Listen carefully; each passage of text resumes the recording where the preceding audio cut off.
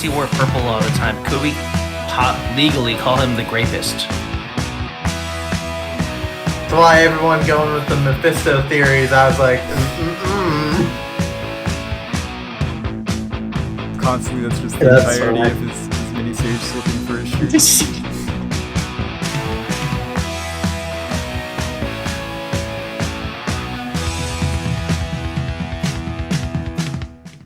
Hello, everybody. Welcome back to another fine episode of the Happy 616th Marvel Family Podcast. I am your host, as always, the Funny Hatter, and today I have with me just but my humble two co-hosts, Victor the X-Man and Space Wiz the Christopher. Hey, hello, I'm not right behind you right now or anything.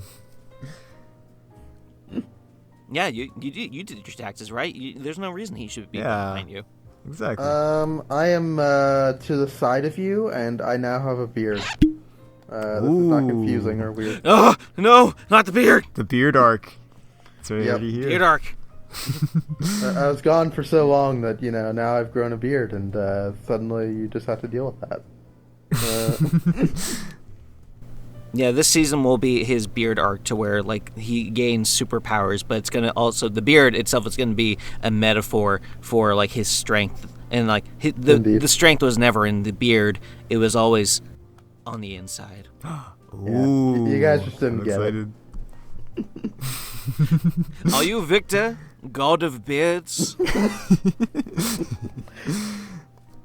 Yes. Yeah. Oh, okay. Well, I guess have fun with that. Could you just imagine? Alrighty. So, we got a little off track, but today we are going to be doing a very simple episode, I would say. Although the time has passed by 4 months at this point, the recording coming out.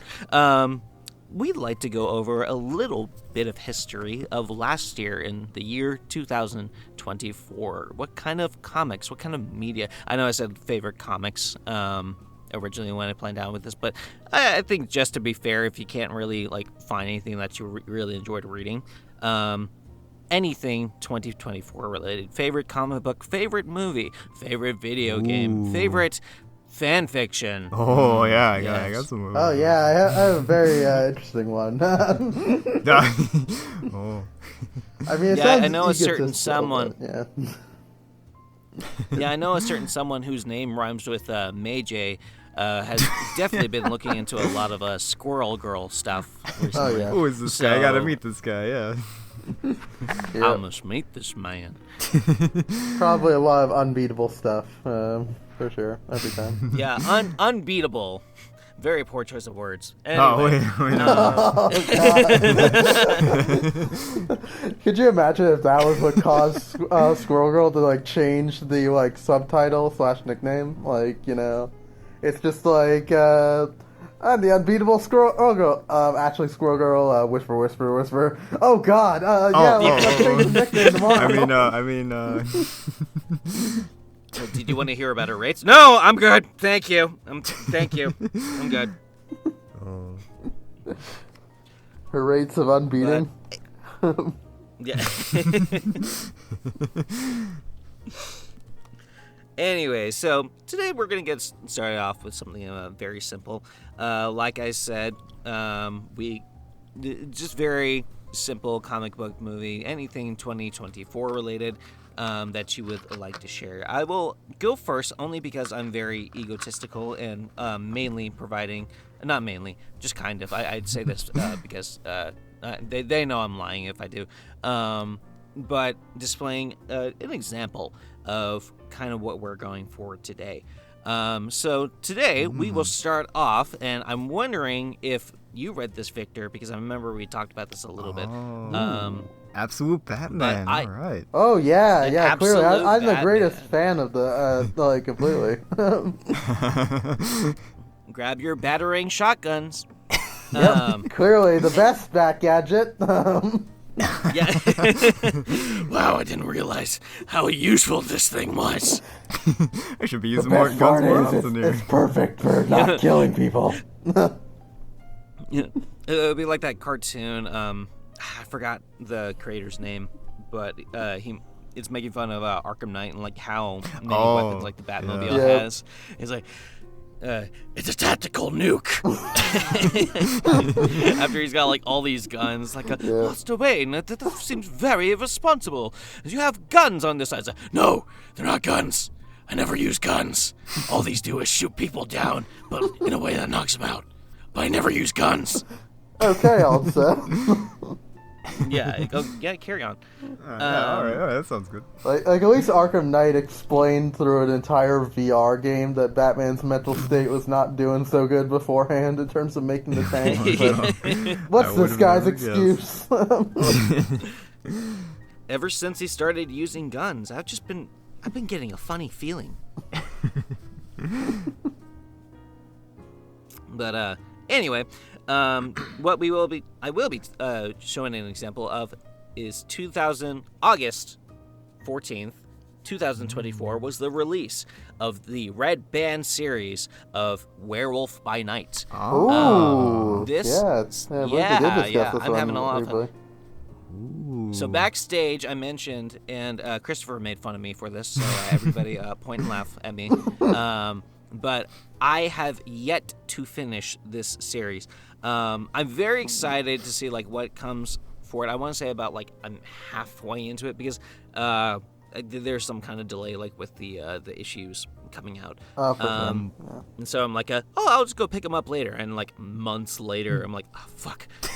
I forgot. I still need to collect them. Yeah, it's an eternal comic struggle. You know? Yeah.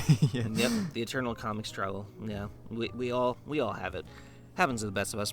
But this series of Werewolf by Night, it caught my attention because now they are doing a not just a series but also like a cover called the Red Band tag, to where certain comics they'll put like into like a plastic bag, and it's like for a mature audience only. Yeah. Now, and not to say that they're doing this now. It's definitely more apparent that what I've seen that Marvel is using compared to like say like I don't know, like Dark Horse, like packaging their comics to like for a mature audience. But It's a I good wanted to marketing see. strategy for Divide, for sure. Yeah. It is, and yeah, I was just about to get to that. How that pissed me off. Good. So what happened was I went to go check it out, and I saw like the bag. I've never actually owned like a comic book that came in a bag for a mature audience before. I'm like, oh, okay, like they must like go like all out. Then it must be like like Deadpool and Wolverine, to where like it's rated R. It knows like what kind of movie it is, and it's just like there's gonna be blood and gore and swearing everywhere. The blood and gore is there.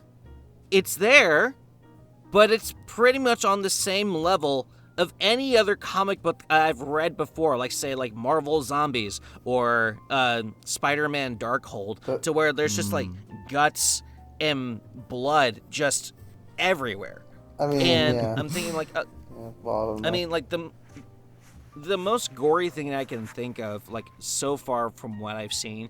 I mean, it's a pretty gruesome image, but I'll get into a quick synopsis of like the story like in a minute. But like there's like one part to where Jack Russell, he is a ferryman, and he's like trying to get his neighborhood friends, because he like lives in like a castle, like an abandoned castle.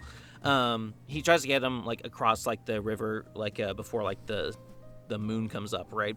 And then like something goes wrong because like there's interference with the moon from Moon Knight. And well, not really Moon Knight, but Khonshu, but like same thing. the I'll moon get into it in a haunts minute. you. Yeah, the moon haunts you, Jack Russell.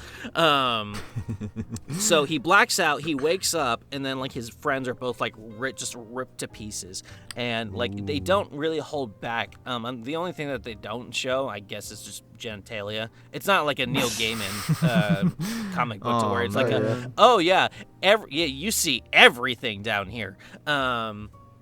I want to see So a it's just- shadowed outline of Batman's crotch.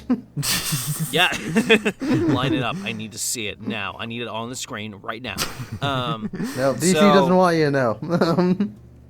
Yeah, They censored it from their own Black Label. we can't show this to anyone. It's too sacred. It's only for But- us. Yeah. This stays between us. This stays in the vault. Anyone else who sees this, we kill him on sight. But getting back to it, there is blood and gore, but it's not like the point I'm trying to get across is that I'm taking way too long to explain. Is that it's just about like the same amount of blood and gore I would see in any other comic book, and they even censor their swearing. And as I'm like reading further into it, I'm like, what's the point of this? Like, why? And it's just like what Victor was saying. I'm pretty sure it was just for a marketing tactic the entire time. Exactly. It's like, oh, this one, this comic book comes in a bag, which means certain people can't read it. What's Yeah. inside? You gotta look inside. You gotta open the package. That very prestige nature there, you know, of, that they're divided, and, you know, also keep kids from reading it, but, yeah. Yeah, like slightly more graphic, like in like I think it started with Blood Hunt, like the first issue where Doctor Strange gets eviscerated. Like it's a little different in the non-red band version, but it's not really like that much more intense. Just like a little like extra pepper flakes and stuff. It's not too like oh my god, this is like so graphic. I mean, in Blood Hunt's case, it's also like, you know, kind of like an arbitrary line in the sand, because it's like it's an entire event. You can't exactly like annex an event that they're doing from all readers, because then that instantly spells doom for the event making money. Exactly. Right. Yeah. So yeah, I was one of those dummies that fell for that, but it just turned out to be a happy accident because so far I really enjoy the mystery behind it. I'm really hoping that it doesn't turn out to be one of fucking J.J. Abrams' mystery boxes, because the setup is very interesting. So the synopsis of it is like Jack Russell, after like pissing off the entire world again, like goes to like an abandoned castle in like Europe to just get away from everybody. He's just basically like living as like an extreme hippie, and he's like trying his best to like scare away people, especially like they didn't. I don't remember if they said specifically like YouTuber, but it's along like the same line. I think it was like a people keep, like, vlogster, going up but to- yeah. Yeah, it's a vlogster. That's funny. But people keep like going up to the castle to like see like the werewolf, right? And then he keeps like finding them and like telling them like, "Hey, fuck off." And I'm like, okay. And so it after something happens, the ferry boat. That getting back to that, like the moon is blocked out when it's supposed to be full, and it's not like a traditional eclipse. It's not a natural eclipse, because on like the other side of the world at the time, you got like the Midnight Suns, consisting, I want to say Midnight Suns, but it's definitely a group of Blade, Elsa Bloodstone, Moon Knight, and I forgot. Oh, there was like one other person. But Khonshu is there, and they're fighting vampires. I think it was Ghost Rider, from what I remember of that book, but yeah, I'm not sure. Was it Ghost Rider? Well, I think I have a picture right here. It's I like, can like check like very quick. because I remember Conan was on the Savage Avengers. A few of the membership actually was on the Savage Avengers by then. But yeah. So like Ghost Rider, I think, is like the one option I can think of that's like iconic to the team, but is also not on the Savage Avengers. Okay. Oh, okay. So there's Blade, Captain Marvel, Iron Man, and Moon Knight. Yeah, now I remember. so It was they're fighting like they were including a few like normal Avengers on there, similar to the game actually. Yeah. So yeah, free marketing right there. Free marketing right there. You got it. Hey. But it says the blood hunt commences, and Khonshu is using the moon to like move it into like a. He's trying to like use his power like for something. It's not saying like what it is, but long story short, too late. I know, right? This interference with the moon causes something to go wrong in Jack Russell, to where his curse has now been amplified. So not, from now on, like whenever he becomes a werewolf again, he's basically the werewolf is a Hulk. He is huge, he is muscly, he is much stronger, and he is much more dangerous. So Elsa Bloodstone comes in to check on him, and after he's killed his friends again. Oh boy, that Jack Russell. Oh man, Always friends with killing that his guy. friends. Yeah. Everyone knows it's Russell. That's me. He's chained up to himself, and he's like, leave me here to starve. My curse dies with me. I'm gonna do it. I'm actually gonna kill myself, but I'm not actually gonna say I'm gonna kill myself. I'm just gonna show it.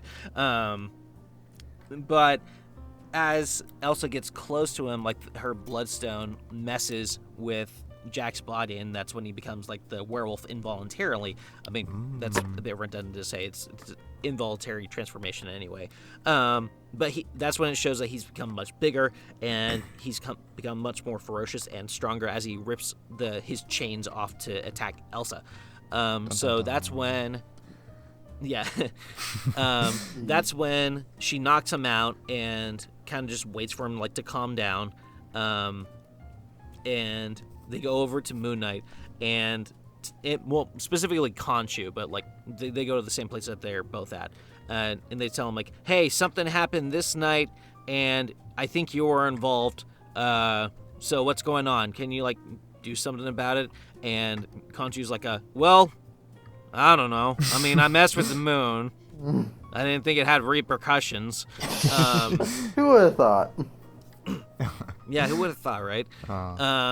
So they're okay, well, there's a cult going on somewhere, maybe I'm paraphrasing, but they're saying some kind of evil's rising. They probably have something to do with it. Let's go find them. And so they're slowly on the hunt to figure out who this organization is. On the side, we find out that this organization of vampires, the same one that the Midnight Suns attacked earlier, they're looking for they're looking to recreate the Darkhold, because it's been destroyed. So they're trying to basically stitch it back together. And out of nowhere, their leadership yes. Out of nowhere, their leadership changes because there's this guy that looks like Deadpool. He's not, called Deathwatch, and he starts shooting vampires. Hey, you got a nice boss here. Be a shame it got shot. So that's what happens. And then a mysterious guy known as the Hood steps in, and he says well, yeah, everyone knows the Hood, right? Yeah, that guy. Yeah, I love the Hood actually. It's my best friend. He's my best friend. I'm glad you're doing great, buddy. Yeah. You're the CEO of vampires now. So he's on board. He's yay! Yeah, I heard you guys are going trying to recreate the Darkhold. I like that idea. Let's go with that. Oh, by the way, I'm your new boss. And if you go against me, then you're gonna get shot. So they're okay, this guy sounds sane. So as they're looking to recreate the Darkhold, they find that the werewolf may have some relation to it. So they're we need its body. So go get it. So okay. So before I move on, there's a part in it to where Moon Knight is getting caught up to speed on his condition, and when they get back, that's when the full moon just so happens to come out, and so he turns into a werewolf again, and I have to go and fight him, take him down. And there's an image. I'll pull it up in the video because this is absolutely ridiculous. This is gonna be in the second issue, but it's paying homage to the first encounter with Werewolf and Moon Knight. When it's the cover to where you see a whole bunch of his what you call them, moonerangs. I think that's what I've generally called them, but yeah. I like it. Yeah, canon. Yeah. I think, so in the cover. Yeah, not sure what that's specifically supposed to be called, or crescents or Yeah. truncheons, I think. Yeah, I'm like not the sure. crescent darts. Yeah, yeah. Oh yeah, crescent darts. Yeah. Yeah, the crescent. Yeah, crescent darts. So, Yeah, there so we go. in it, like so in it, where was I? Oh, so in the cover of like the original like meeting of like the first appearance of Moon Knight, the werewolf is like just covered in these crescent darts, right? And and it shows the reader that Moon Knight has like the upper hand, like he's like a good match, right? So as this happens, like in this Red Band story of Werewolf, it's paying homage to that cover, but so it shows the werewolf like covered in these darts, just like the original cover, and Moon Knight is like a, don't worry, my darts have sedated him. And like the darts are like halfway into his body and he's like completely covered in these darts, and it's all made to sedate him, but it looks more like he specifically like threw him to get in as deep as possible just out of spite, because he mentions like how the werewolf kidnapped his daughter and held her hostage to in attempt to try to like get rid of his curse that someone was tricking him into. So he's not happy like just to be around this guy. So like I said, I'll pull up the image later. But it looks absolutely hilarious. He's like, don't worry, he's just gonna be knocked out. And just imagine like a whole bunch of knives just like in your body. And it's like, oh, he's just gonna go to sleep. I mean, to be fair, that's a very unhinged Moon Knight move. Like, it's a very Moon Knight trademark right Yeah. Yeah. of just like stabbing someone like multiple times and then going, don't worry, they're going to sleep. Yeah. Man. It's such a good story too when he kidnaps his daughter as well. It's an annual for the newer Moon Knight series. It's really good.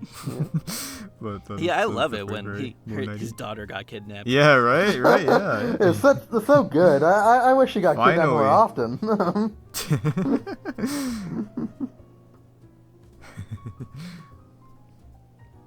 So yeah. Oh, by the way, here's the picture. You guys are gonna see it like right now in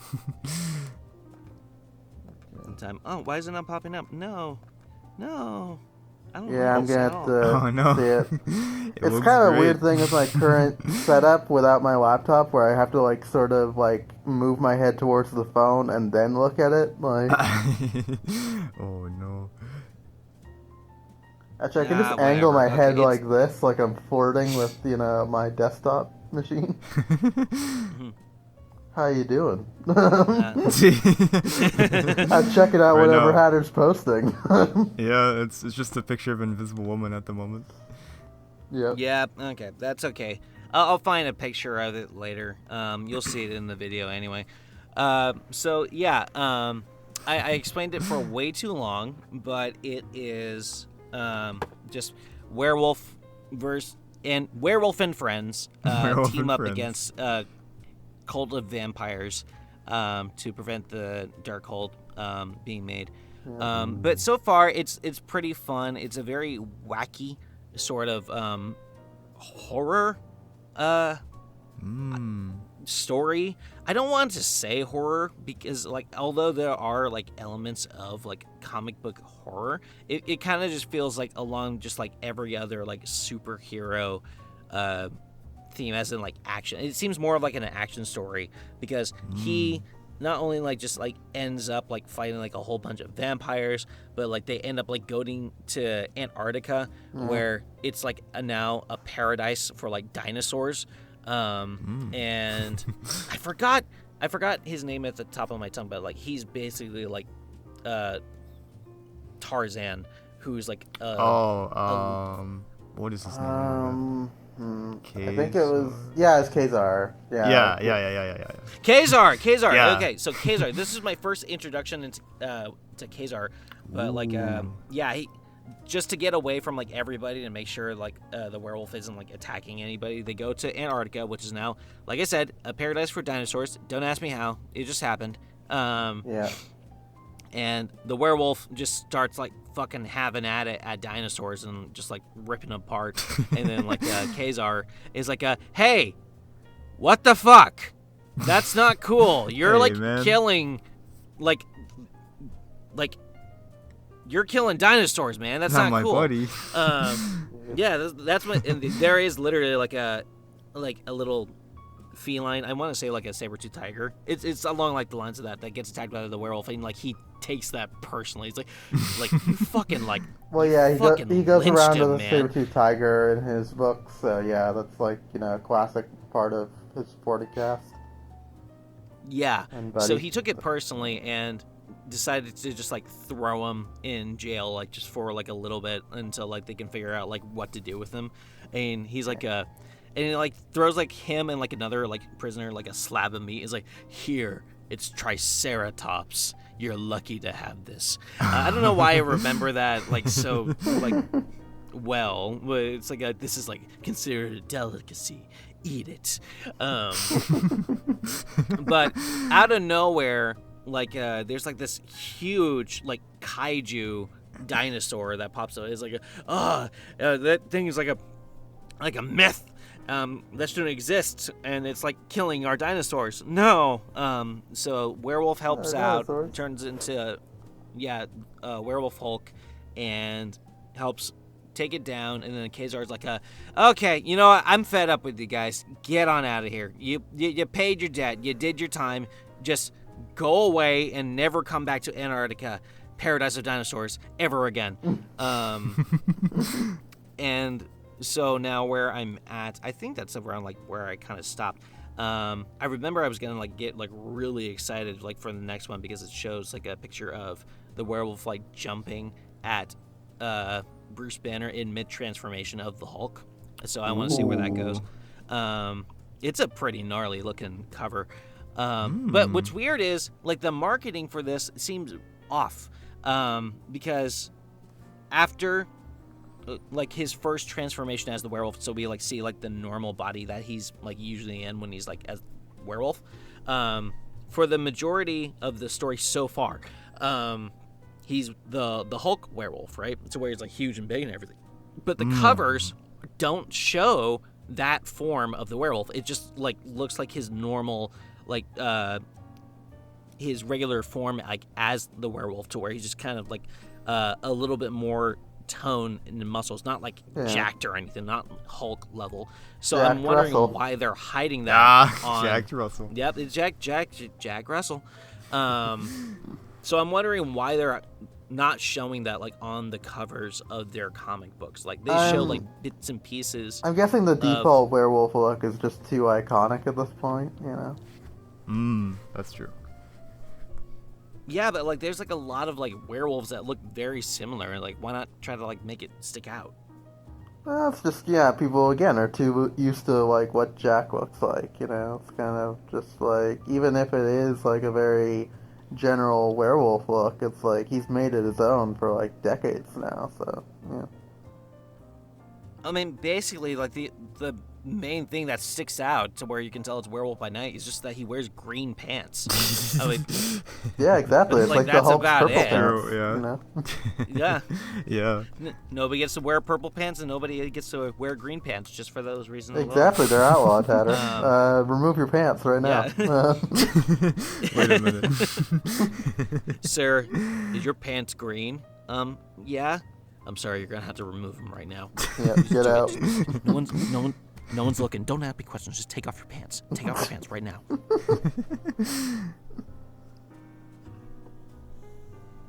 So, yeah. So far, a very fun read. Ooh, yeah. I'm definitely looking forward to it. Ooh, yeah, that sounds definitely want to amazing. read much more, and I see that I've taken way too much time on this Oh, damn, yeah. very simple. I just looked below Yeah. my phone, and then it's just like, damn. Jesus Christ. Man. Yeah, that So sounds amazing. have you guys read a little bit, or have you seen or like know a Werewolf by Night, the Red Band version? Yeah, I actually read it myself, so yeah, I was able to follow along pretty easily on that one. Ooh, yeah. And yeah, it's pretty good. Like, I had that one as a follow-up possibility to our last Halloween story had her. You know, it was just the two of us on that episode. Because Elsa Bloodstone was in this one, so yeah, I've just sort of been following her arc across the board. And like, yeah, they've been partnering When her the up fuck with... are we getting Elsa Bloodstone and Marvel Rivals? Yeah, I know. Like, I'd really love that one. Like, I kind of lost hope now because they like added a skin that was sort of similar to her look to Black Widow now, of all people. So it's like, god damn it. Man. She already kind of has a shotgun sort of set up with her sniper rifle in the game. Like, this feels like we're gonna lose hope. And they prioritize Blade instead of her and Jack Russell, so. That is true. Because, well, he's more iconic for this, you know, Halloween Marvel theme, so, yeah. Yeah, true. And then the Fantastic Four have gotten in on this horror shtick now for some reason. Oh, man.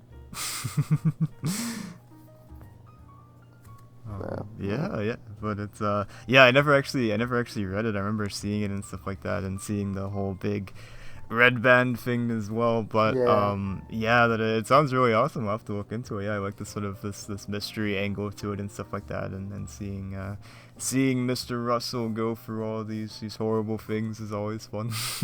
Not for him, but it's fun for us. Him suffer. Oh yes. We're some sadists over on the Happy 616 Marvel Family podcast. All the time, yeah, no doubt. The perks of being a viewer. Oh yeah. Don't have to deal with any of the consequences. Only the characters we read do. Exactly. We just watch their consequences. We don't interact with said consequences. We just watch. We don't interfere. Exactly. We do not interfere.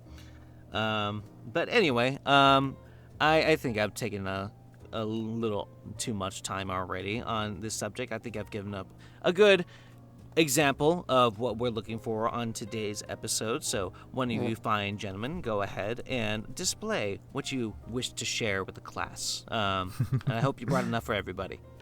Oh, yep. I brought Iron Man. Iron Man. Oh yeah. What a surprise! Yes, I know. The noted Iron Man fan brought Iron Man. Yeah, what a surprise! Wait a minute. Is this the series where Joe was freaking out over Iron Man having a giant sword? Oh, yep, we got a giant sword up in this Iron Man. I mean, I figured Iron sword. Wait a minute. It was an iconic closer for 2024, like easily. It was. Yeah. For sure. So I figured, like, why not start with this one? I feel like, you know, and like, yeah, it was like a really cool like series. It was like really unexpected, like, you know. Yeah. Like, a lot of the Iron Man runs, while I liked, you know, his tie-ins with the X-Men, mostly on the actual X-Men books, though. Because, like, you know, both Iron Man 2021 and, like, you know, his latest run with the X-Men, like, beforehand, you know, there were a lot of the same resets of, like, Tony Stark is now poor. And like is struggling on the streets, but also has $1 million. What will he do now? Of like, you know, only one suit, preferably looking like his classic one, because we need to like, you know, make sure everyone knows about that. And you know, we don't like his modern suits, even though we keep on making them. And like all that usual shtick, and it's like, you know, it gets to be a tiring formula, you know, forever made, and like some of that is here, but it's also like done in a different way. Where like the start of it is, you know, Iron Man is dealing with like, you know, some union protests going on at his company, where it's like, you know, they're dealing with like a lot of struggles, you know, like because previously they were once again commandeered. Like, they're actually dealing with the consequences of, like, you know, Tony's company being taken over by Fei Long in the X-Men run, where it's like, Yep, suddenly your mission objective at Stark Industry is making killer sentinels to destroy all mutants. So, like, Hate you it know, when that happens. yeah, your company mission mandate just changes on a dime from free energy to bigotry. Just like suddenly, like, you know. Guys, when did we get commissions for Sentinels again? Yeah, that's the worst part. It's happened multiple times, and the first time was of Tony's own free will.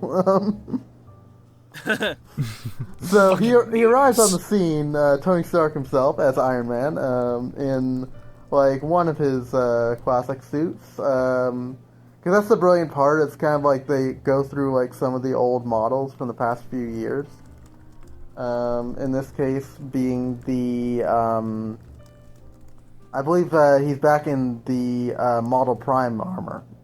So the one that looks like, you know, a very modern, like, angular, you know, car kind of deal, in terms of the design. You know, with, like, a very polygonal look, basically. I like the suit. Like, it was pretty cool. No mouth plate, you know, design. Like, yeah, it's a pretty awesome suit. So, yeah, Tony shows up there and is like, hey, I didn't commission these Sentinels this time. What's going on here? That wasn't me. Who did that? That's weird. Why do I have these? I was about to do that during Civil War, but now I don't like it. So, but yeah, like yeah, he's been like in a better mutant ally situation lately during the X-Men tie-in. So it's like yeah, he's just like, you know, hey, let's get rid of this. But then it's like yeah, turns out a couple of, you know, buffed up employees for Roxxon who, like, you know, literally turned into like giant monsters, like, you know, show up to be a problem, and like, you know, give the you know, very like, you know, like basically accuse Tony of being like woke for stopping this kind of deal. You know, typical blathermouth kind of situation, and like Tony stops them with some struggle, trying to, like, you know, literally, you know, these monsters wrecking up unions, and like Tony's against that. You know, he's a big union rep kind of billionaire superhero. Oh yeah. So you know, saves the day as Iron Man, of course, but deals with a bit of struggle, and his suits are suddenly like shutting down and stuff. So he's like, you know, something's going on. Like something's going wrong here. So, like, yeah, he's still, like, investigating into that and finds out that, like, you know, there's, like, this, you know, virus inside his old armors going on. Where it's like, yeah, like, something's going on with all his armors that is just, like, you know, spreading around to, like, all of them, so he can't use all of his old suits. But still has to, you know, do so, because, like, Iron Man's still gotta save the day, you know? Oh yeah. So, like, he goes to his company for, like, you know, some answers first, because, like, you know, giant monsters wrecking up unions, got deal with this problem, and then deals with further complications beyond the union bust, where it's like, there's apparently, you know, the board is drawn against him because of Stark Industries, like, mission mandate, like, changing so much recently from Fei Long to, like, you know, the previous last they've kept up with the company with Escape, which was like Tony's virtual reality world of like the Black Mirror type story in Tony Stark Iron Man that I mentioned like way back in a previous episode of the series. Yeah. Because like yeah, that was my favorite Iron Man run. So it's like, you know, Spencer Urquhart, I believe is the name of the writer. Spencer Ackerman, I think. Mm-hmm. Yeah, I think so. Yeah. But yeah, it's like you know, really goes like across the history of like recent history of Iron Man, even like way past history of Iron Man.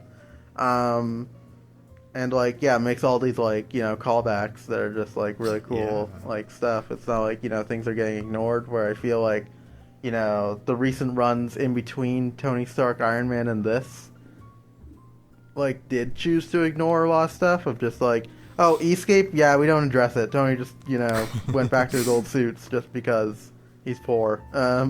and like, you know, a whole bunch of cases of just like trying to excuse not referencing past continuity to like make their own thing kind of deal. While this is like, no, they're actively addressing it, like every single one of them. Yeah, I love whenever for like that happens. 2024 Yeah. Iron Man. So it's like, yeah, like this is very much an era that's like, you know, keeping concise with the history. Like, you know, people worried, like, of course, like the recent marriage of like Emma Frost and Iron Man, that it, like wouldn't be a big deal now, just like for the new writers of both X-Men and like Iron Man to just like move on. And it's like unexpectedly, like for X-Men they did, like, you know, like they did move on, like they don't really address, you know, Emma being married to Iron Man that much on her end. But it's like on his end, like this is still pivotal, like to Tony's character, like his insecurities about like, you know, like what happened to the other mutants and, you know, his relationship with Emma Frost, despite it, you know, seeming to just be a deep cover. Like it's an intrigue of like Tony's trying to hide that it has affected him, but it very much does. But yeah, anyway, he goes to his company, and like, yeah, the board has turned against him, and have actually turned for a new offer from, like, you know, Hammer Industries instead, and Roxxon, who have, like, formed a coalition together to, like, you know, steal Stark Industries out from under him, and the board is willing to do this. Like, it's not like, you know, in previous Iron Man books where it's like, haha, surprise, board, we've taken over Stark Industries by, you know, mechanized Iron Man suits, or, you know, just a show of force, and, you know, you just kind of have to work for us, just because we threatened all your lives. And, like, no, it's not in that energy this time. It's just like, yeah, just like a normal company kind of deal, because, like, you know, the writer of this Iron Man book is, like, a legit reporter who, like, goes over, you know, this sort of corporate, you know, takeover stuff in real life, Yeah. you know. Like, you actually have, you know, like, an Iron Man book, you know, detailing things that are, like, you know, that they cover regularly but don't really understand because they're comic book writers, you know. Kind of the whole deal. But, like, now, not only do you have someone who's, like, paid attention to the previous Iron Man books, but also, like, yeah, has the real-life knowledge of the kind of stuff that Iron Man details that, like, yeah, that can be covered. It's the best of both worlds kind of deal, you know. You couldn't have asked for, like, that's true. a better Iron Man writer kind of deal. Oh, absolutely, yeah. Like somebody with, like, you know, the deeper knowledge and stuff, and is willing to, you know, work with sort of what's already been put down, and, you know, the real life knowledge too, of, like, you know, like the corporate takedowns and stuff like that, and sort of, you know, has been on the inside before and stuff, and has that real life experience. So it's like a perfect combination for an Iron Man writer, yeah. For sure. Yeah, and there's plenty of deep cuts. Like, this is the return of Justine Hammer. Yeah. Kind of comedically casual about how she's alive now, you know, because, yeah, she was previously dead. Yeah. She's like, oh yeah, by the way, All Tony, that I'm alive, matters. and now I'm Ironmonger. Why do you look suspiciously a lot like Sam Rockwell? Doesn't matter. Yeah. Don't think about it. Could you imagine if she just, like, Man. I look like my dad extra much now? Yep. And, but yeah, she, like, yeah, reveals that she's the reason that the suits were malfunctioning, using, both the combination of tech and magic, very Doctor Doom style, right there. Ooh, yeah. And, yeah, managed to shut down all of his, suits in order to, steal the Mysterium, which is a, gift that Emma Frost gave him for his, Mysterium armor, which hits extra hard. Like, that's when they reference Emma Frost, there. Where it's like, yeah, this was like their wedding gift, basically. Like, it's a very sentimental thing there. So that, like, pulls on the heartstrings there, you know, of the recent, like, X-Men run. And then, like, yeah, Tony, like, loses, you know, everything. Like, his company, his suits, like, you know, everything that, you know, he feels on the surface makes him Iron Man. But then, you know, as per usual, just a box of scraps himself, you know, when taken away from all his toys, he gets to work and makes a suit that is immune to this magic for the latest Iron Man suit, the improvised Iron Man armor. Ooh, yeah. Which they quickly had to come up with a What's different that? model number name for it, because, like, lots of the suits were made under improvisation. Like, you know, it's not really, There's you know, that, much of a yeah. unique title. So So yeah, he gets to work, and like that's the current suit that he's wearing. You know, it's a sort of rustic-looking Iron Man suit. Yeah. Has this very like rustic vibe, very steampunk, but also very much like kind of advanced technology put together on it as well. And yeah, he also has like a big ass Buster Sword, which he uses against the Living Laser in this thing when taking the war to Roxxon and Hammer. And like just to get to a company meeting faster in order to present his case against the two companies, because the whole mission statement here is to like convince the board that that he can still run his company better than this takeover to sort of bring his company back into like the weapons direction that Tony doesn't like, and save the day here. But it's they also extort a pretty obscure Marvel magic user in order to get in Tony's head. So his insecurities are also a major obstacle here. Dealing with what if Emma doesn't love him? What if drinking is the only way of getting back his life in functioning order, his suits, his company, all these things hit ahead and really push Tony to his limits, even for a starter for an Iron Man book. It's pretty impressive, and it all hits the head where it's things have gotten worse with this company. Where oddly enough, the Stark board is willing to work with Belasco of Limbo. Literally trading the company into hell. And they're just yeah, we're fine with this. Yeah, as you do. Oh man, yeah, that was quite an interesting surprise. Yeah. Yeah, we're all good. we're all good, Tony. Yeah, this guy seems like a pleasant businessman. He knows his stuff, Tony. Yeah, exactly. Exactly. You're treating this like too big of a deal, man. And then Tony pulls the meme face of "you receive, I offer," with the classic meme of the crossed fingers look, and then he makes a deal to actually present the evils of trading in your company to hell.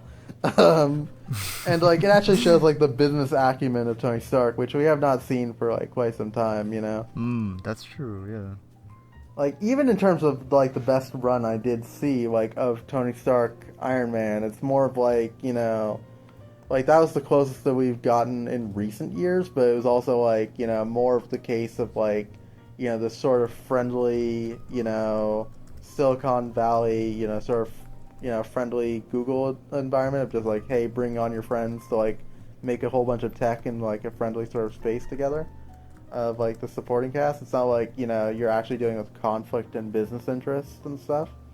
And again, this time you actually have a reporter who is an expert on that stuff. So it's yeah, you can actually present Tony as this actual master businessman. And where he managed to sweep it out from under Justine Hammer, just how terrible this deal would be, and even managed to make Velasco think that oh damn, this is actually not really a good deal. What the hell?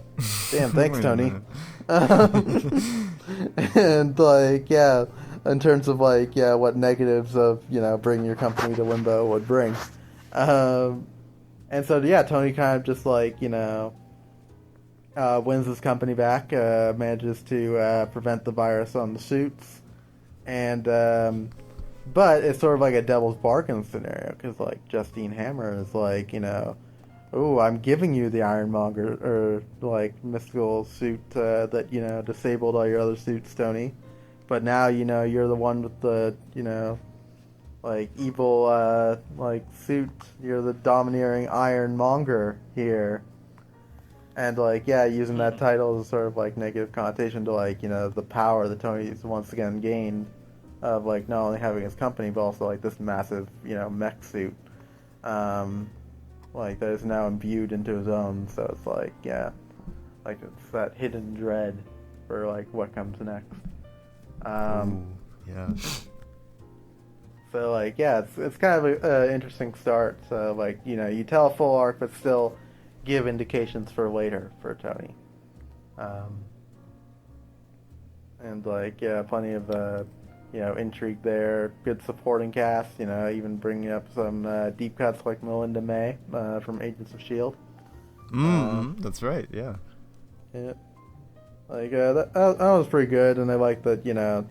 Like she's not the exact same character like before, where they were just like, hey, let's perform the MCU synergy instead of making the comic version her own character kind of deal, and like dealing with the past history of that.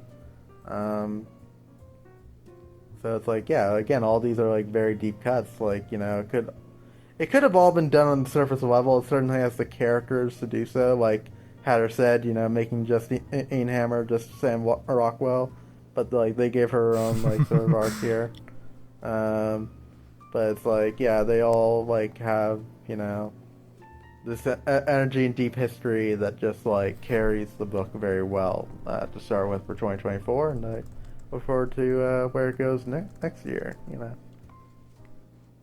Oh yeah, absolutely. Yeah, that's I've only read the first 3 issues, the Stark Roxxon War stuff, but yeah, I really liked it so far. Sure. It's definitely a cool new take on Iron Man and stuff. I always love the stories where he has to like sort of improvise and like make his own thing. Like he isn't like working with like a big arsenal or whatever, or a lot of money or something like that. But he's like sort of off on his own. It really shows the ingenuity and the genius of Tony. Some of my favorite stuff in Iron Man 3 is just that stuff where he's out on his own. And he like has to like go to Home Depot and like make a bunch of like gadgets and stuff. It's so fun. Yeah, very iconic moment for sure. Yeah. Yeah. I kind of wish they would do more stuff like that, Right? With Yeah. future Iron Man projects. Yeah. So Yeah, I mean, they do it way too often of just like Tony's like, losing his resources. But again, like in other books, it feels unearned. Like it's just like, Tony, Yeah. at this point, just put a lock on your like stuff. Like, God. Damn. Like, I don't know, just like have all the suits in like a private island in like the Himalayas and just missile them to you if like people keep on stealing them. But it's Just wait like, for the day Rhodey. yeah. Waiting for the day that Rhodey like comes up to him and he's like, Tony, lock up your shit. Yeah. Seriously. Please, Like, man. God damn. Yeah, exactly. Like even Rhodey's, kind of recognized that, which is why it's kind of like, I mean, yeah, he was dealing with PTSD, but he was also like, like, yeah, not feeling like having the war machine out in the open, like. But yeah, and here it's like it is earned. Like it feels like hey, Tony actually did like lose his stuff because his villains did like think of a clever ploy to shut down all his armors. So it's like it actually feels like a loss that like was done by clever people, and like they had to be clever in order to stop it instead of like, hey, I just chose not to wear my advanced suits today, or Yeah. or Oh, whoopsie. sorry, I didn't bring it. Yeah, it's just like, the artist wanted to draw the classic suit. You understand, right? No, I wanted to live. Sorry. Yeah. I guess in that kind of zone. Yeah. Man, but yeah, that is a good choice. Yeah, a new Iron Man book last year was quite exciting. Yeah, it was nice seeing our boy get another exciting set of stories. Yeah, that was very fun. I definitely needed that towards the end of this year, especially with all my own tech struggles. Unfortunately, I can't blame Justine Hammer on me not having a laptop. Oh man. Man, could you imagine? That'd be so much easier.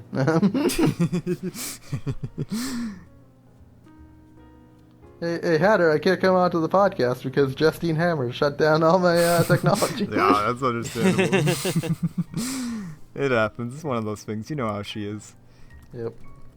And canonically, ChatGPT is attracted to her. In terms of, because Tony's like glitching out here, like, you know, this improvised suit with all of his usual HUD options like shut off, so it's like he has to use his own version of ChatGPT called Iron GBT out of desperation. Yeah. Even Tony doesn't want to use this. And like, yeah, it's constantly failing on him in terms of like, you know, how it presents stuff, including calling Justine Hammer Iron Mommy, and it's like relatable. Oh, ChatGPT. Yeah, you know how ChatGPT is. ChatGPT is a freak, honestly. Freak GPT. Yep, all the freakness and ChatGPT in one. Oh man. Oh, good stuff. Good stuff. Have you read any of the new Iron Man stuff, Hatter? Oh, yeah. No, I have not. I wanted to get around to it. I remember Joe telling me like which day the first issue was going to come out. Yeah. And I went yeah. over to the store that I usually go to. I'm like, hey, do you guys have the latest Iron Man? And he's like, no. Like what? Who's Is there Iron Man? anyone What are you coming talking in? I about? was like, wait, what? Yeah, what's Who's Iron Iron Man? He's Um, been dead Those for sons of years. guns. Run by Hammer Tech, I bet. That comic shop. Oh, yeah, clearly. Yeah. Marvel lost the rights to that character years ago. They're not selling Mandela. It's Iron now Man owned by anymore. Warner What are you Brothers talking and about? EA. Yeah. Oh no. We're ruined. Just as Justin Hammer wanted. Well. Looks like you belong to DC now. DC's Iron Man. Absolute Iron Man, where Absolute the same Iron thing Man. happens. I'm ready. He now wears So, the yeah. Hulkbuster full time. Yeah. Yep. Yeah, so long answer short, no, I have not. I tried to go get it, and since I wasn't able to get it, I forgot about it and have yet to go and buy said Iron Man. The comic shoe. overlords So- have stopped you, unfortunately. Yep. Yeah, they stopped me. It's all conspiracy. A C-O-N conspiracy. Yeah. Yeah, they didn't want me to have it yet. So Ooh, man. when the time comes. Oh, Yeah. Speaking. Next time, speaking baby. Yeah, next time, exactly. Speaking Next of time, conspiracy, if I may segue into mine. Ooh, yes, yeah, Ooh, Marvel yes. has really had quite a banner year so far. Not just the fact that Hulk has continued, of course, but yes, but you know, we got a lot of really great stuff last year. We got the start of the new Ultimate Universe. We had Ultimate Invasion, obviously was a little bit ago, but we've got Ooh, yep. the aftermath of that with Ultimate Spider-Man, and the Ultimate is really good. We got Ultimate X-Men and Black Panther, and this year we just got Wolverine, but it doesn't count because we're talking about 2024. Dang it! Yeah, that was but, 2025 transition. Yeah. yeah, exactly. But my choice actually is not any of the Ultimate books because that would be too easy because they are really ultimate. They are really amazing. But my choice is a new book by famed Chip Zdarsky. He wrote, of course, a lot of great stuff, including the more recent Daredevil run. That's really highly beloved. Even Charlie Cox loves it, man. He's like, yeah, it's great. But Yeah. yeah. Of course, he has to say he loves it right now. He's like, yeah, Kevin Feige's like, yeah, your contract, man. It's in the contract, man. Yeah. I got this gun right here, you know, just in case. Pose with this. That would be particularly comic dark book if, right like, you now. know, they like chose all the actors' favorite comics beforehand and, like, you know, threaten Like, them to say Chris that, you know, Evans, you're you gonna love like them. This Winter Soldier comic, that's your favorite comic now. There are no other answers. Yeah. Yep. Do it, You're only Sebastian allowed Stan. to Do sign it. this comic book. Oh, man. I'd feel bad for Tom Holland then. Oh, no. You like Amazing Spider-Man. Well, Zev Wells' run is the best thing that's happened in years, Tom. You know it.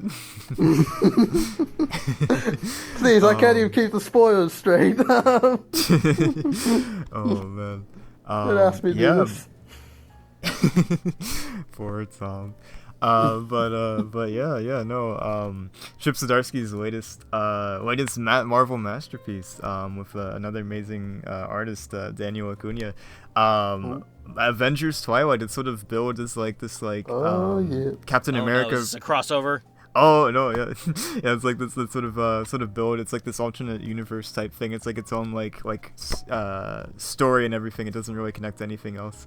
But yeah, it's sort of like build is like this like Batman Returns story for like Batman Returns meets Kingdom Come for the Avengers, and more specifically Captain America as sort of the Batman Returns type figure. Not quite as edgy and dark necessarily as Yeah, Dark Knight Returns. You know, the one that works for this universe. Yeah, exactly, yeah. Yeah, but the basic story is it's sort of like it takes a little bit of juice from the Avengers game, which I know sounds bad, but I feel like there's actually some interesting stuff in that game. Yeah, there's a good story-wise, story. It's just that, Yeah. the online, sort of setup of like a live service game throws that. Yeah, exactly. The execution is what's the problem. Yeah. But this event happens called H Day, and it sort of like puts all of these vigilantes either underground or they're dead, man. And Captain America has given up the super soldier serum and stuff like that, so he's not really a hero anymore. He's just trying to live his life and navigate the world around him and stuff. This sort of like near future world, it has some sort of elements of like, the sort of like cyberpunk aesthetic a little bit, but it's still like very much like grounded to, it's like a near future, like something that's not like you don't have like flying cars and stuff like that, but you have like these like like Google Glass like lenses and stuff like that, and like these like virtual advertisements and stuff like that. So it's pretty cool. The art by Daniel Acuna really hits on that quite nicely. This sort of groundedness in the story, but sort of this sort of cyberpunk aesthetic a little bit. It's really cool, and fitting for this world. But A universe where Google Glass is cool. Truly an exactly, right? alternate reality. It finally happened, guys. But yeah, so H Day happens and stuff, and the heroes, the Avengers, either disbanded or some of them are dead. There's a new team that's taken over that's sort of like more run by the government over like just sort of free will and everything like that. But then Captain America starts stumbling upon these conspiracies and stuff like that, like just sort of the nature of news and sort of the things that are happening and stuff, and sort of this tighter police state that is rose out of H Day and stuff like that. That there's more control and everything, and the news is very much like highly curated and stuff like that. There's like a bit where they're like sort of like doing this sort of revisionist history of the Red Skull and showing him as like this man on the inside over like as like bad villain guy and stuff. So like Captain America like goes on this talk show, he's like, no, Red Skull is a villain and stuff, and everyone's like, no man, chill. He's misunderstood. Oh no, we got realistic Marvel Universe. Yeah. And you get a lot of interesting characters too. You get like, obviously you get these older versions of the characters. You get to see like briefly an older version of Matt Murdock. You get to see older Luke Cage and stuff like that. And obviously, if I haven't said it enough already, Captain America, woo! And you even get Hey, Ed, aren't you Captain America? No. no. No, I'm just that guy that is on talk shows now. yeah, the angry guy. No, but then you also get James Stark, the son of Tony and Janet. So it's really interesting. Both of them are dead. At least you think they are. Maybe, I don't know. Maybe they're. Who knows? But yeah, you get even like an older Kamala. She's like a mom and stuff like that. It's pretty sweet. But yeah, a lot of cool adaptations of these characters and stuff. A lot of really interesting storylines, and it has this sort of like deeper connection to this idea, these larger sort of themes, like asking like, is it better to be secure, or is it better to be free and stuff like that? Is it better to know the truth or to sort of live this comfortable lie? So it has this sort of like deeper thread going on that still remains relevant today, and everything.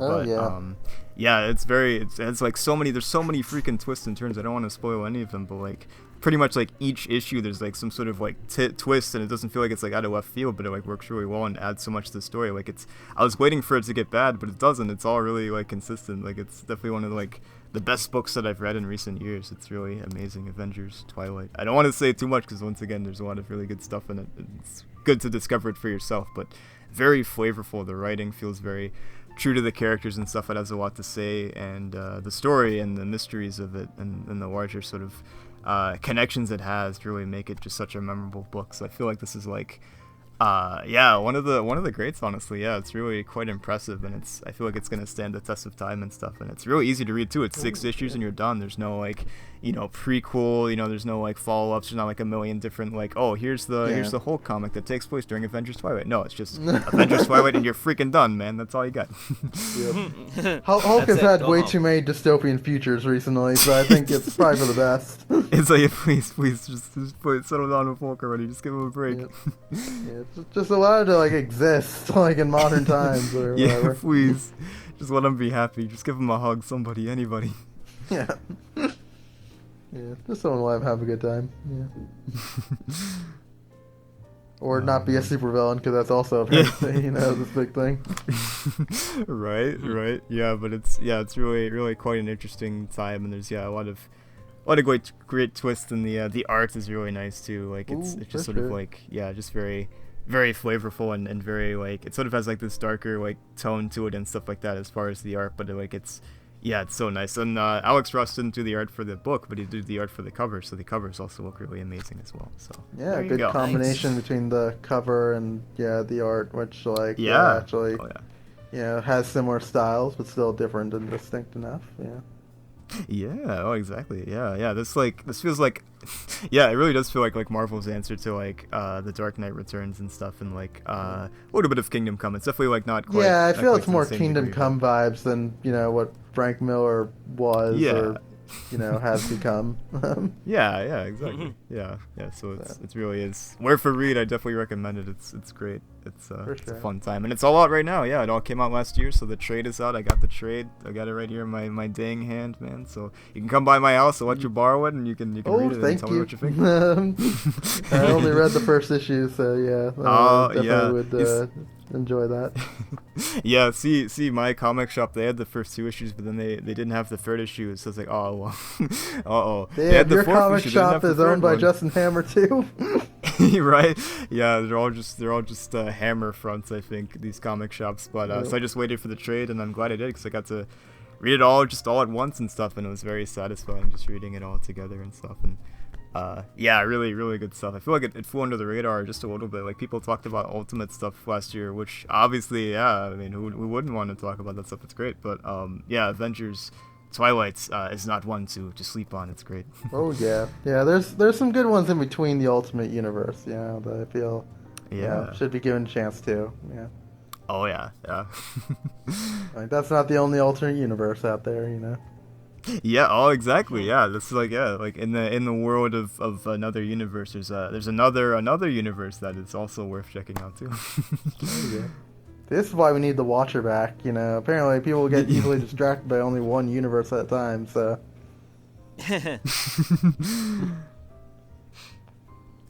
So what got you into Marvel Avengers Twilight? Yeah, I saw the trailer for it. I think it was at the end of 2023 or something. I was like, hey, I like Chip Zdarsky. Chip Zdarsky's very cool. He's a fun guy to listen to. He's very like snarky and funny and stuff. He's great for interviews and everything. I was like, hey, I really liked Daredevil, and he hasn't really done any DC or Marvel stuff. He's been over at DC doing Batman and stuff. So it's like, hey, this is like a new chance to read another Chip Zdarsky Marvel comics. Like, I'm all in, baby, and it was very much worth it. He's actually doing a Captain America run that starts in June, so his Captain America love continues, I guess, even though he's Canadian, but Yeah, I see the irony, but it's like, I definitely look forward to that. It's an interesting time to release a Captain America book written by a Canadian. True. That's really that's gonna be really interesting. I'm definitely looking forward to that, to seeing what that'll be like. I think who's doing the art? It's was it Jimenez or something? I think it's gonna be cool. Captain America fights Alpha Flight tariffs. Man, but yeah, he's quite a great writer. Yeah, I've enjoyed the work that I haven't read a lot of his stuff. I've read his Daredevil stuff, which is great, but there's a lot of good stuff he's written, like Public Domain and stuff. His Spider-Man stuff is fine. I'm not as big on the Spider-Man stuff, but this though is like I gotta be honest. I like his Daredevil stuff. Like overall, it's really great. But I feel like this is like the best thing that he's written for Marvel so far, Avengers Twilight. So. Yes, so good. I'm not getting paid by him to say it or anything like that. No, he would never do that. I didn't think so. Clearly. But Justin Hammer, though. Justin Hammer, yeah, that's That another Justin story. Hammer. Yeah, who has more money here, Christopher? Let's be honest. It's true. It's true. Well, anyway, I think that is going to do it for today. Oh, yeah. I think we've reached a pretty good length. Yeah. Thank you guys very much for sharing your stories. Very insightful. And I definitely want to check them out on my own time when I actually remember to read yeah. comic books. So if you guys are listening, well, if you guys are listening, of course you're listening if you're listening to this. Hopefully. Maybe. But there should be some comic book covers on the title of the wallpaper of the video yeah. here. So go and check those out. Go to your local comic book store. Go support them. The comic books range between what, $4 to $7 each. Yeah. issue? I don't Yeah, know. We like actually the made whole- it the easy whole for you volume by is- not, like, like talking about, like, an expensive, Like a massive big-time omnibus. event Like, or oh yeah, whatever. just buy this. Buy this $100 omnibus for us guys. Buy this giant weight of paper. yeah. Buy this $1,000 Godzilla sculpture that you'll probably only look at once you put it on a shelf. It's worth it. Yep. Trust me. Oh, yeah. It's worth it. Yeah, go who- support your who comic needs to book pay shop by rent? throwing away all your money. I know I do. I give all my money to Justin Hammer. He needs it more than I do. That'd be Exactly, funny if yeah. like future renditions of Iron Man, if like they just use Justin Hammer as a metaphor for Elon Musk. So like all the money that you like buy. Oh, they already did that The money. with Thaylong. Well, I'm pretty yeah. Yeah, Thaylong was Yeah, but- basically Elon Musk, complete with receding hairline. Nah. Like, he looks like an alien, but he has the same receding hairline as Elon Musk. That's funny. Oh my god. No, I think it'd be funny though. Like everything that like you spend money on, like just inevitably, just because everything's so connected to Justin Hammer, he just ends up getting your money that way. I think Yeah. that'd be funny if Somehow. it was like that. Yep. Oh yeah, he even had like a SpaceX thing. Thaylong, I mean, he had that sort course. of Of thing. course he did. So. Yeah, it was basically identical. Yeah. In the That's end. funny. The resemblances are uncanny. It's Elon Musk in comic book form. Do you not see this? Yeah. This is genius. I mean, it's a bit different since like he had like a red face and like white hair, but still. Well, anyway, I think that's going to do it for today. Thank you yeah. very much for listening. If you like this video, please hit like, subscribe, Unsubscribe, and share with all your dislike. friends. Dislike, Yep. unsubscribe. We'll be able to see all the dislikes. You can't. Too bad for you. It's our Sorry. little secret. You don't get the satisfaction our little secret. of your hate. No, you don't. Nope, not today. Share with all your friends, and look out for our next episode as we do some Marvel history in the original, or later on, and maybe even current Thunderbolts. That should be pretty fun to Yep, very do some topical. homework on. Mm-hmm. Very topical indeed. So with that, I've been your host, the Funny Hatter. Today with me has been Victor the X-Man and Christopher the Z-Man. Hey. Thank you very much for listening again, and we will catch you in the next episode. Bye bye. Bye-bye. Bye bye.